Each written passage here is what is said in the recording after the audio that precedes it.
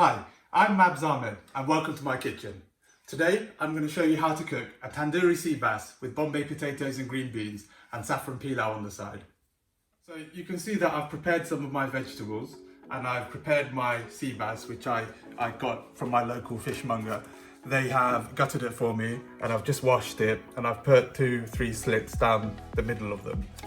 I've also prepared my vegetables for my Bombay potato. You can see I've got my garlic and ginger, I've got my onions, I've got my tomatoes and coriander, and I've also part-boiled my potatoes in hot water for about 7 minutes, so we can just toss those right in. So the next stage of our cooking is going to be to make our marinade for our Tandoori Sea-bass. So in this bowl I've got my Greek yogurt, my turmeric, my paprika, my chili powder, my tandoori masala, my garam masala. I've also got half a squeezed lemon juice, 2 cloves of garlic and a pinch of coriander. So I'm just going to stir our marinade through, and you can see the colour really coming along like a tandoori dish now. So I'm going to stir that all the way through, and we're going to place that on top of our sea bass. I'm going to get that all the way, get the spoon in there, just marinate it all through, and put that over there. And then we're just going to get our pinch of salt and some pepper. And now we're going to go in with our hands and we're just going to rub that marinade all through the fish. Remember to get under the fish. And just place it all nice to get it all around the fish, inside, underneath. Place it there. We're going to leave that to rest for a couple of minutes so all the marinade can get in there, just while we prepare our potatoes. So the next stage of our dish is going to be to prepare our Bombay potatoes with green beans. So we're going to go straight in with a generous amount of oil. This is a pot that I've preheated up, and I've turned the heat on the stove all the way down because I don't want to burn any of the spices. So we're going to go in first of all with our bay leaf, and then we are going to go in with our ginger and garlic mix. Let's get it in there. And we're all, same time, we're also going to use our mustard seeds. I'm going to give that a good stir, so just to let that brown off quickly. And it's important to not heat the pan up too much, otherwise you'll burn the mustard seeds, and burnt mustard seeds, they do taste very bitter, so don't want to do that. So we're going to let the ginger and garlic just cook down there a few minutes. And we're just going to put the lid on just for a couple of minutes. So as you can see, our garlic and ginger is just starting to brown off now. So at this stage we're going to go in with our onions. So I've used 2 red onions here.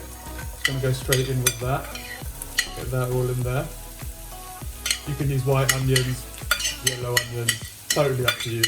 For this particular dish, I want to use red onions. That's what I like. So we're going to stir that through.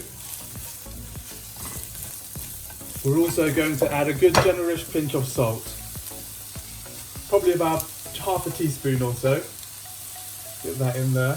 We're going to go in with about 3-4 grinds of pepper.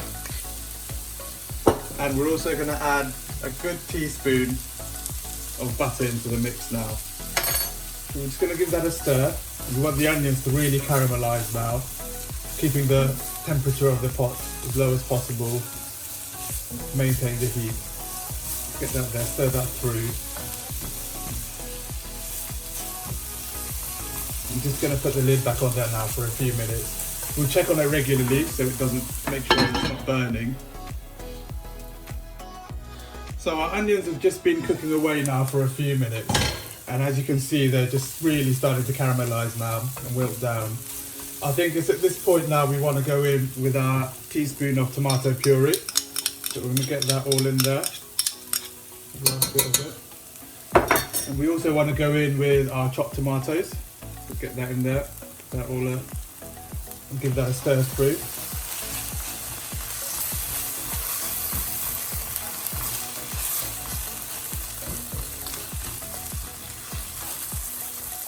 So we're going to let that cook with the onions for a couple of minutes before we put our spices in. But it's this moment now that we want to put our sea bass in the oven too. So I'm just going to give my onions another stir quickly. Because you can see that it's really starting to cook down now. The garlic and ginger is almost melted away. And the onions are really starting to melt down now as well. Our sea bass is cooking away in the oven. The oven was preheated to 200 degrees. It needs to be in there for about 25-30 minutes or so. And it should be all coming together at the same time. So we're going to go in with our spices now. So in this pot I have 1 teaspoon of cumin, 1 teaspoon of garam masala, 1 teaspoon of turmeric, and 2 teaspoons of ground coriander. That's all going to go in now. Give that a stir in there.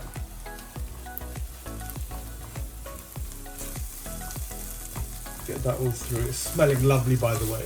Absolutely delicious. Bombay potatoes are one of my favourite dishes actually. You find it in every Indian restaurant, all around the country. Everybody does it a little bit differently. This is how my family have done it for years and years and years.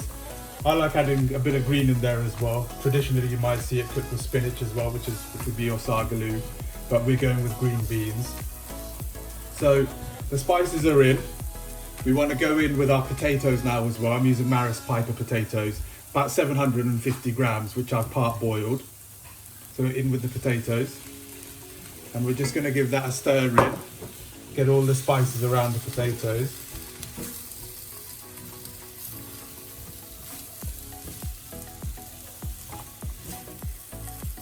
Get all the spices around there. Get it all covered. And we're going to go in now with our green beans as well. Straight in there, all around. I'm going to add a little bit of coriander. We've got a few more green beans left there. We'll also go in with a whole quarter tomato. And stir that all in there.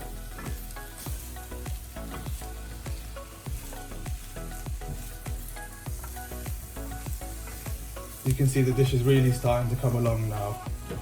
So I've turned the heat all the way down on the stove.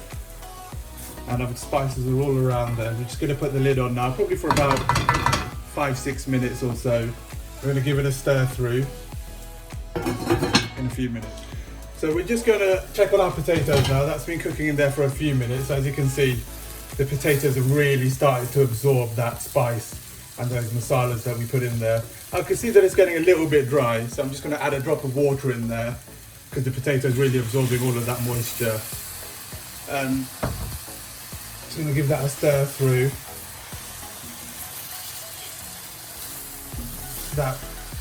Don't worry about the water, that's going to be absorbed by the potatoes along with the spices. You want a little bit of moisture in there as well, otherwise the dish will just burn a little bit. So I'm going to put the lid back on now. My sea bass is still in the oven. We're going to go in with 3 green chilies now. I've got a mixture of red and green. I've just pierced them through the middle, so they're going to go in. Give that another little stir. I'm going to put the lid back on now for a few minutes. And it's at this point now we want to start thinking about doing our rice. So as you can see, potatoes are slowly cooking down and our sea bass has been in the oven now for about 15 minutes nearly. So now we're going to move on to the rice. So I've filled my pot up about 3/4 of the way with water and the water's almost boiling now. I'm using 2 cups of basmati rice, which I've washed and drained. So we're going to get that all in there. And we're going to make a really lovely, fragrant saffron pilau. We're going to go in with all the rice. And in this pot we're going to go in with 1 star anise. We're going to go in with 1 bay leaf. And we're going to go in with a few strands of saffron. And with saffron, it's a really lovely, fragrant spice. And it really, less is really more. And we're also going to go in with about a teaspoon of turmeric. I'm going to get a pinch of salt in there and a dash of oil. I'm going to give that a stir through and bring that to the boil for about 7 to 10 minutes. This is the way I prefer to do rice because it's the way I've been taught to do rice and I like to get rid of as much starch as possible. So I'm going to let that boil and we're going to check on it in a few minutes. So we're just going to check on our potatoes now. And as you can see, that's really coming along now. It's almost finished dish. I think it's about time that we add our coriander. Now I love coriander, so I'm going in with a good generous bunch of coriander now. And stir that through. And the potatoes have really started to soften up now, so we don't want to cook it for much longer, otherwise they'll start breaking away. And I think now our potato part of our dish is ready. So we're going to give that another little stir, put the lid back on it, and now we're going to take it off the stove. So our potatoes are now cooked. I'm just going to test our rice and give it a little squeeze. Brilliant, that tastes delicious. Perfect, so I think the rice is ready to drain now. I've just checked on the sea-bass and the sea-bass is ready, so I've just switched the oven off there. So I think we're going to go ahead and we're going to drain our rice. So as you can see, I have now strained the rice. I'm just going to give it a little taste. Okay, absolutely delicious. You know, the rice has really taken the flavour of the saffron and the turmeric. You can see the lovely colour that's come through as well. So I'm just going to put the lid back on and let the rice absorb the rest of the moisture and the steam. I've switched the heat off the stove as well.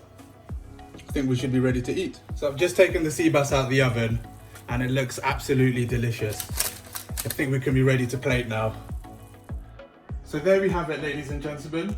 Tandoori sea bass with Bombay potatoes and green beans and saffron pilau rice. Thank you and enjoy.